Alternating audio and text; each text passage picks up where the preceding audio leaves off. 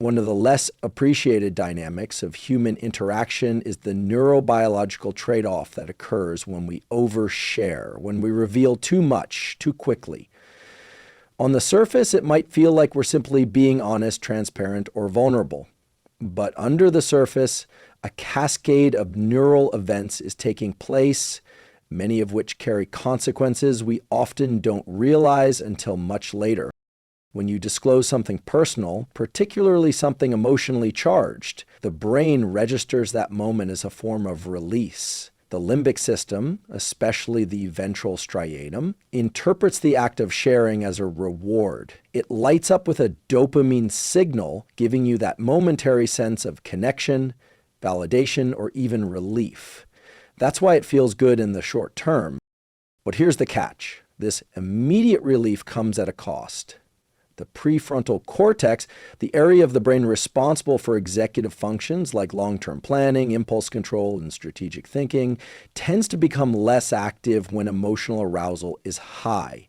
So, when you're in a heightened emotional state, even if it's one of excitement or catharsis, your ability to accurately assess future consequences becomes impaired. You might feel like sharing everything is the right move, but that's your brain chasing short-term emotional equilibrium, not making a calculated decision.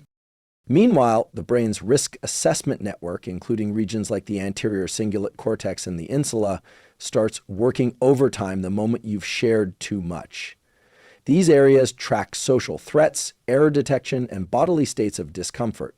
If you've ever walked away from a conversation and suddenly felt a wave of regret or social anxiety, what some call a vulnerability hangover, that's your interoceptive system flagging a breach in your psychological defenses.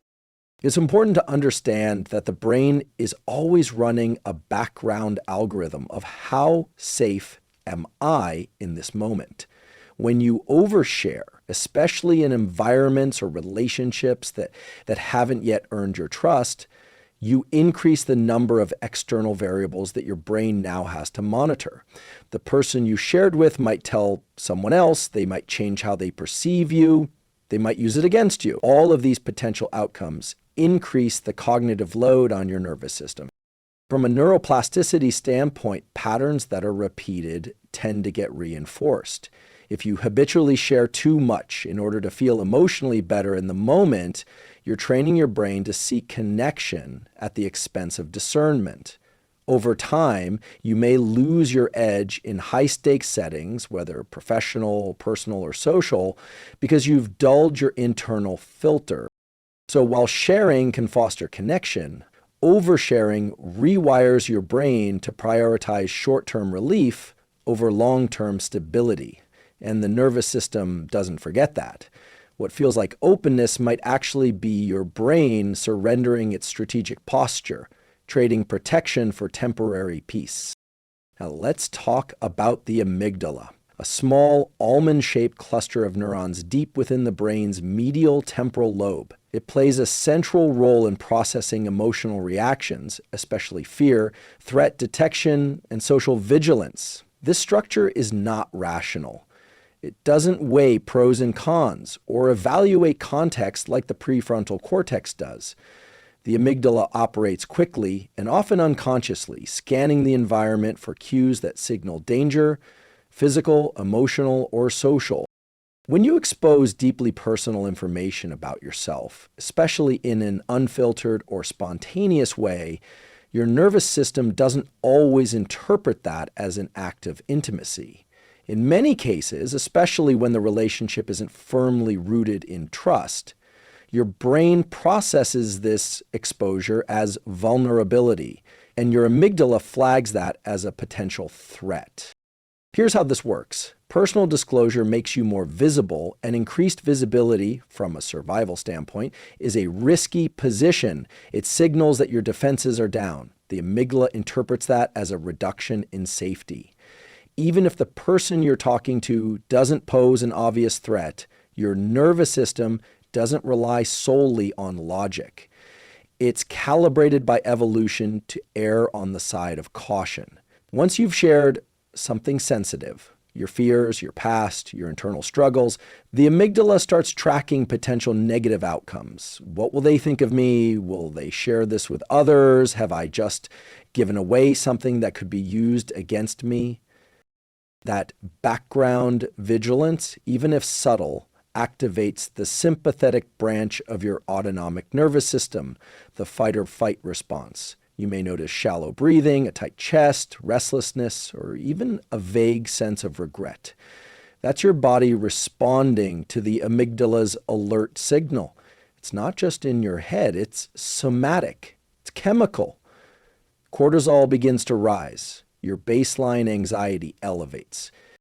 Importantly, this doesn't mean sharing is always bad. Context matters. If you're in a deeply bonded, secure relationship, the brain may categorize disclosure as safe or even beneficial. But in situations where trust hasn't been solidified, or worse, where hierarchy, judgment, or competition exist, your amygdala doesn't feel safe. And when it doesn't feel safe, it sends warning signals throughout the body, raising your arousal levels and impairing your ability to relax, focus, or sleep. Long term, if this pattern repeats, disclosing too much too often in environments that don't validate or protect that information, you can develop a kind of social hypervigilance. You become more self-conscious, more guarded, and paradoxically more anxious about the very act of connecting with others. This is how neural circuits for social anxiety can form, not necessarily from rejection, but from unchecked vulnerability in the wrong context. Right? So when people say, I feel anxious after I open up, that's not just psychological, it's neurobiological. Their amygdala is doing exactly what it's designed to do: flag exposure as potential threat and initiate a protective cascade. One of the most fascinating and misunderstood systems in the brain is the mirror neuron system. Discovered in the early 1990s through studies of primates, mirror neurons are a class of brain cells that activate both when we perform an action and when we observe someone else performing the same action. For example, if you see someone reach for a glass of water, the same neurons in your motor cortex may fire as if you were reaching for that glass. But this system goes beyond physical imitation. It extends to emotional and social resonance. When someone shares something personal with us, especially something emotionally charged, our mirror neurons are engaged. If they express sadness, we may feel a wave of sadness ourselves. If they light up with joy, we may sense that surge in our own body. This neural mirroring creates the foundation for empathy. It allows us to connect with the emotional states of others in a visceral way. But, and this is critical, it doesn't grant us true understanding. It offers resonance, not resolution. The human brain is not a perfect translation device. It's a meaning-making machine, and it filters everything through personal experience, bias, and memory. So while mirror neurons allow us to feel what another might be feeling, they don't automatically allow us to interpret it accurately. The emotions you experience in response to someone's story are your brain's simulation of their state, not a precise reading of it. This is where misinterpretation begins. Let's say you share something deeply personal with another person. Their mirror neurons light up and they believe they get you. But what they're actually experiencing is a neural echo of your story filtered through their emotional framework. They associate what you've said with events from their own life, their own wounds, and their own worldview. The danger here is subtle but profound. They may respond as if they understand you, when in reality they are responding to their own emotional projections. This becomes especially problematic when the information you've shared is sensitive or complex. Misinterpretation isn't just likely, it's nearly inevitable. And once someone has internalized their version of your story, it becomes difficult to correct. Their brain has formed a neural narrative around you that may not match who you are or what you intended. This is how reputations become distorted and emotional intimacy turns into emotional confusion. From a neural standpoint, this distortion can influence your own self-perception. If enough people reflect back an inaccurate version of who you are, Your brain begins to internalize those reflections, even when they're off base. This is because social feedback loops affect areas of the brain tied to self-awareness and identity, particularly the medial prefrontal cortex. So your identity becomes entangled not only with your own inner truth, but with others' flawed interpretations of it. The key takeaway here is that just because someone resonates with your story doesn't mean they understand it. Mirror neurons are powerful, but they don't carry nuance. They are tuned for emotion, not for truth. And the human brain is a prediction machine. At every moment, it's scanning the environment for patterns, generating expectations, and working to reduce uncertainty. When something or someone becomes fully predictable, the brain no longer allocates much attention to it. It marks that stimulus as known, familiar, and less relevant. This principle applies not only to objects or sounds, but also to people. Once your behaviors, thoughts, and emotional patterns are fully mapped by someone else's brain, you become, neurologically speaking, less interesting. This is where psychological ambiguity becomes powerful. When others cannot fully predict your internal world, your motives, your boundaries, your emotional range, their brains stay engaged. Why? Because ambiguity activates the brain's salience network, which includes regions like the anterior insula and the anterior cingulate cortex. These areas assign importance to things that are novel, uncertain, or hard to categorize. They essentially say, keep paying attention to this, it matters, and we haven't figured it out yet. Now, from a status perspective, this has powerful implications. Studies in cognitive psychology and social neuroscience show that individuals who are harder to read or who reveal themselves more slowly are often rated as more competent, more desirable, and even more intelligent.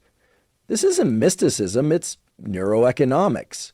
The brain equates ambiguity with value because it mirrors how we respond to challenge and reward in other domains. Things that are scarce or require effort to understand are often perceived as more valuable. Think of it like this.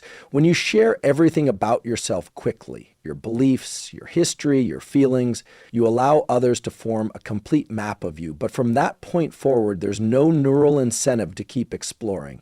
Curiosity diminishes. Engagement drops. You become familiar terrain. On the other hand, when you maintain a level of psychological ambiguity, not by being secretive or deceptive, but by being selective, people's attention systems remain active. Their brains hold on to unresolved questions, and those questions keep you salient in their mental landscape. Cool. There's also a dopamine component here. Dopamine doesn't just respond to rewards, it responds to potential rewards, especially uncertain ones. This is why variable reinforcement is so powerful in behavioral psychology. When people can't predict you completely, every interaction with you holds the possibility of new insight, new emotional experience, or deeper connection. That unpredictability keeps dopamine circuits engaged, and in the social realm, that translates into lasting interest and higher status. Importantly, this isn't about playing games. It's about understanding that the human nervous system is wired to pursue novelty and challenge. When you allow yourself to remain partially undefined, you align with that wiring. You become someone whose presence generates attention, not because you demand it, but because you withhold just enough to keep the mind curious. So, psychological ambiguity isn't a social tactic, it's a neural trigger. It keeps people's brains active in your presence, and the longer they stay engaged, the more relevance and value they subconsciously assign to you. One of the more counterintuitive principles in neuroscience is that the brain often responds more powerfully to uncertainty than to certainty. At first glance, this may seem illogical. Wouldn't it be safer, more efficient, and more rewarding to know what's coming next? Yet, when we look at how the brain's reward systems operate, especially the dopaminergic pathways, we see a different pattern. Uncertainty isn't just tolerated by the brain, it's actually a stimulus for heightened engagement. This principle is rooted in what's known as reward prediction error. Dopamine neurons in areas like the ventral tegmental area and the nucleus accumbens don't just fire when you receive a reward, they fire more intensely when there's a mismatch between what you expected and what actually occurred, especially when the outcome is better than expected.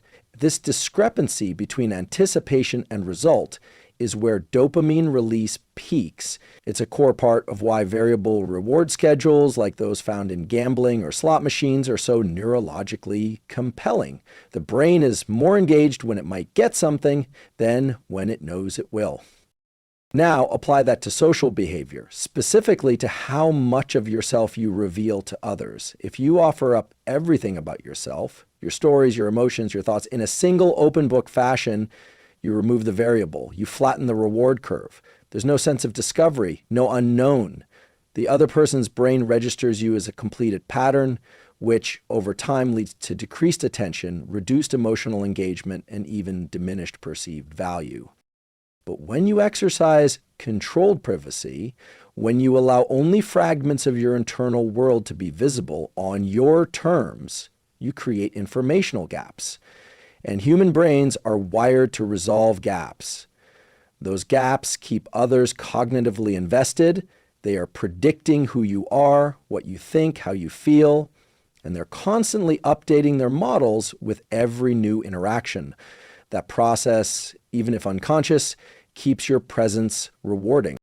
Controlled privacy isn't about withholding for the sake of being mysterious. It's about regulating the flow of personal information in a way that sustains relevance. You become a kind of intermittent reward, someone who can't be fully predicted and therefore can't be easily dismissed. From a neural standpoint, you become a variable reward social stimulus. The brain keeps investing energy in you because the outcome of each interaction feels meaningful but not guaranteed. In this way, strategic restraint becomes a form of value amplification. You increase the psychological impact of what you do share simply by not sharing everything. That scarcity drives up perceived worth, just as rare materials, rare experiences, and rare opportunities activate stronger dopaminergic responses than common ones. So while full transparency may feel like the fast track to connection, it often bypasses the very mechanics that sustain interest. The brain doesn't reward what it already knows. It rewards what it's still trying to figure out. Privacy, when applied with intention, becomes not just protection, but power. Human beings are social creatures, wired to form judgments quickly and efficiently. The brain's ability to process and categorize information is a critical survival tool. It allows us to navigate complex social environments and understand the people around us with minimal cognitive effort. However, this brain mechanism, though essential, comes with significant limitations, particularly when it comes to how others perceive and label us. When you share personal details about yourself, whether through direct conversation, social media, or even casual interactions, those pieces of information don't exist in a vacuum. Instead, they serve as data points that others use to form an overarching social narrative about who you are. And once that narrative is constructed, it becomes a kind of filter through which they interpret your future actions, your thoughts, and even your worth. In a sense, the information you've shared with others becomes a social lens through which your identity is confined. Neuroscientifically, this is tied to the brain's tendency to create mental models of the world. The brain doesn't simply passively absorb information, it organizes and interprets it, often in a way that allows for quick decisions. Once people have access to certain aspects of your identity, they use those details to fill in the gaps. These mental shortcuts save cognitive resources and make social interactions more efficient. However, the downside is that these mental models often lack nuance. Once someone has formed an opinion about you based on a few key pieces of information, their brain becomes biased toward maintaining that model rather than updating it. This is where the danger lies. Once others have information about you, particularly personal or emotional details, it can become the prism through which they see you. For example, if you've shared a difficult personal experience, they may interpret all future actions through that context, labeling you as someone who is vulnerable or fragile, regardless of your current emotional state. Similarly, if you've shared your professional aspirations or past failures, those details might influence how they perceive your abilities and potential, even if your circumstances have changed. The brain's social perception networks, including areas like the medial prefrontal cortex and the temporoparietal junction, are responsible for processing social information. These regions help us attribute traits and intentions to others, but they don't always operate on the most accurate or flexible data. Instead, they lock onto the most salient information, what stands out. And once that information is anchored, it shapes how the brain interprets everything you do thereafter. The issue of being confined by the information you shared extends beyond others' perception of you. It also affects how you perceive yourself. When the people around you categorize you based on the data they have, their feedback can reinforce or challenge your own identity. If you've been labeled as a nice person, for instance, you may feel pressure to maintain that identity, even if it doesn't align with your true feelings or desires. This self-perception can become a form of cognitive entrapment, limiting your freedom to evolve or express new aspects of yourself. In essence, once you've revealed personal information, it acts as a framework through which others understand you, and in turn, how you begin to understand yourself. It's the lens that shapes their interpretations of your actions and defines your social boundaries, whether you're aware of it or not. In the digital age, where oversharing has become increasingly common, it's important to recognize that privacy isn't just about keeping information hidden, it's a fundamental tool for maintaining cognitive autonomy. Privacy, when exercised strategically, serves as a form of self-preservation for the brain. It allows us to maintain a sense of control over how we're perceived and protects our internal resources from being overwhelmed by external demands. At the core of this process lies the concept of neural autonomy. Our brain's resources, emotional, cognitive, and social, are finite. Every interaction we have with others requires some level of mental investment. When we reveal too much about ourselves, whether through emotional disclosures, personal stories, or private thoughts, we're offering up pieces of our cognitive self to be processed by others. This can be draining because the brain has to manage not only the information we share, but also how it is received and interpreted by others. The more we reveal, the more we expose ourselves to external influence. When we limit what we disclose, we preserve our cognitive space. This doesn't mean withdrawing from social interaction, nor does it imply building emotional walls. Rather, it's an active process of self-defense, protecting our internal world from being constantly reshaped by others' perceptions, judgments, or expectations. The brain is highly sensitive to social feedback. The neural circuitry, especially areas like the medial prefrontal cortex, is involved in processing how others view us, and this can consume significant mental energy. The more personal information we share, the more our brain engages in evaluating how this information is being interpreted, and that can lead to cognitive overload. Strategic privacy enables the brain to maintain its boundaries. Just as we set physical boundaries in space, choosing who enters our personal environment, neural privacy involves selectively determining which aspects of ourselves we share and with whom. This selective disclosure allows us to regulate our interactions and keeps us in control of how much cognitive energy we give away. It's important to understand that this isn't about secrecy or emotional detachment. It's about cognitive self-preservation.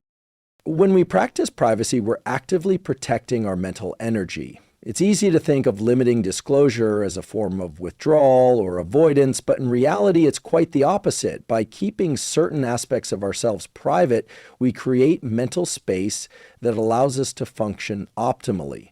The brain doesn't just passively absorb the opinions of others.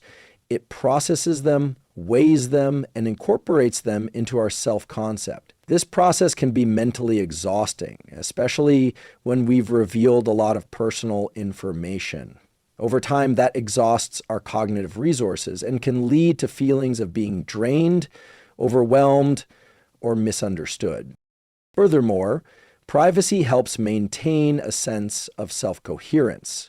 It enables us to retain autonomy over our identity rather than having it shaped solely by external inputs. This sense of self-coherence is essential for psychological well-being.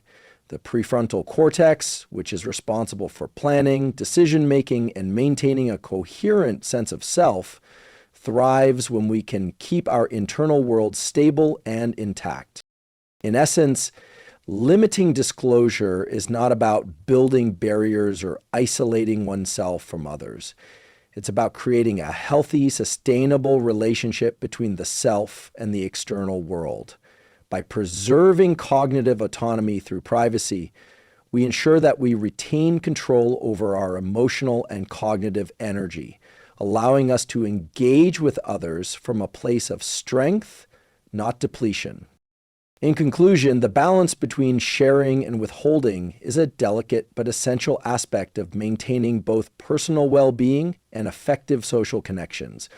The brain's reward systems, emotional circuits, and cognitive resources all play a significant role in how we navigate our relationships and how we manage the flow of information about ourselves. By understanding the neuroscience behind vulnerability, privacy, and social interaction, we can empower ourselves to make deliberate choices about how much to reveal and when to protect our internal world. Strategic privacy isn't about withdrawing or hiding. It's about taking control of your cognitive and emotional energy. It's a conscious effort to maintain your neural autonomy, ensuring that your presence remains engaging without overwhelming yourself or others. It's also about creating space for deeper connections where interactions are meaningful and based on genuine curiosity, rather than assumptions or biases formed too quickly. By limiting unnecessary disclosure, you enhance not just your own mental resilience, but also the quality of your relationships. People will continue to be drawn to you, not because they know everything about you, but because they find you intriguing, complex, and most importantly, human. And in this carefully curated space of privacy, both you and others can explore the richness of connection, all while safeguarding your most valuable resource, your mind.